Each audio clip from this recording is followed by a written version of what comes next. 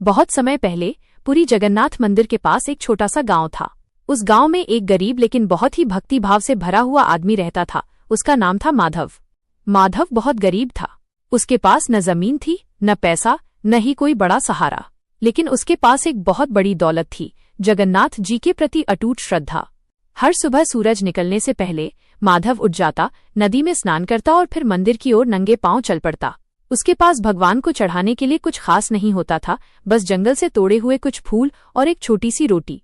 लोग उसका मजाक उड़ाते थे, अरे माधव, भगवान को इतनी साधारण चीजें चढ़ाकर क्या मिलेगा? माधव मुस्कुराकर कहता, भगवान को चीजों से नहीं, दिल से खुशी मिलती है। एक दिन बहुत तेज बारिश हो रही थी। रास्ते में कीचड़ भर गया था। नदी उफान पर थी।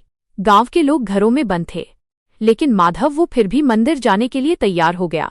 उसकी पत्नी ने रोका, आज मत जाओ, जान का खतरा है। माधव बोला, अगर मैं आज नहीं गया तो मेरा दिल बेचैन रहेगा। मेरे जगन्नाथ जी मेरा इंतजार कर रहे होंगे। वो भीगते हुए गिरते पड़ते मंदिर की ओर चल पड़ा। रास्ते में एक बूढ़ा आदमी उसे मिला। वह कांप रहा था और बहुत भूखा लग रहा था। बूढ़ा बोला, बेटा, 2 दिन से कुछ नहीं खाया, कुछ खाने को मिलेगा?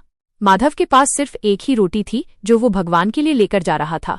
उसने बिना एक पल सोचे वो रोटी उस बूढ़े को दे दी। बूढ़े ने रोटी खाई और मुस्कुराया, तुम्हारा भला हो बेटा। माधव आगे बढ़ गया। अब उसके पास भगवान को चढ़ाने के लिए कुछ भी नहीं था। जब माधव मंदिर पहुंचा तो वो खाली हाथ था। उसकी आंखों में आंसू आ गए। हे प्रभु, आज मैं आपके लिए कुछ नहीं ला सका। वो सिर झुकाकर बैठ गया। तभी मंदिर के अंदर एक अद्भुत प्रकाश फैल गया। घंटी अपने आप बजने लगी, फूल खुद ही भगवान के चरणों में गिरने लगे। और तभी एक मधुर आवाज आई, माधव। माधव ने सिर उठाया। सामने स्वयं भगवान जगन्नाथ जी प्रकट हो गए। माधव हैरान रह गया, प्रभु, आप सच में? भगवान मुस्कुराए, तुम आज भी मेरे लिए सबसे बड़ा प्रसाद लाए हो। माधव बोला, लेकिन प्रभु, मैं तो खाली हाथ आया हूं। भगवान बोले, नहीं माधव, तुमने रास्ते में जो भूखे को रोटी दी वही मेरे लिए सबसे बड़ा भोग था। भगवान बोले, मुझे सोने चांदी के भोग नहीं चाहिए, मुझे चाहिए सच्चा दिल, सच्चा प्रेम। जो भूखे को खिलाता है वो मुझे खिलाता है, जो दुखी को सहारा देता है वो मुझे प्रसन्न करता है।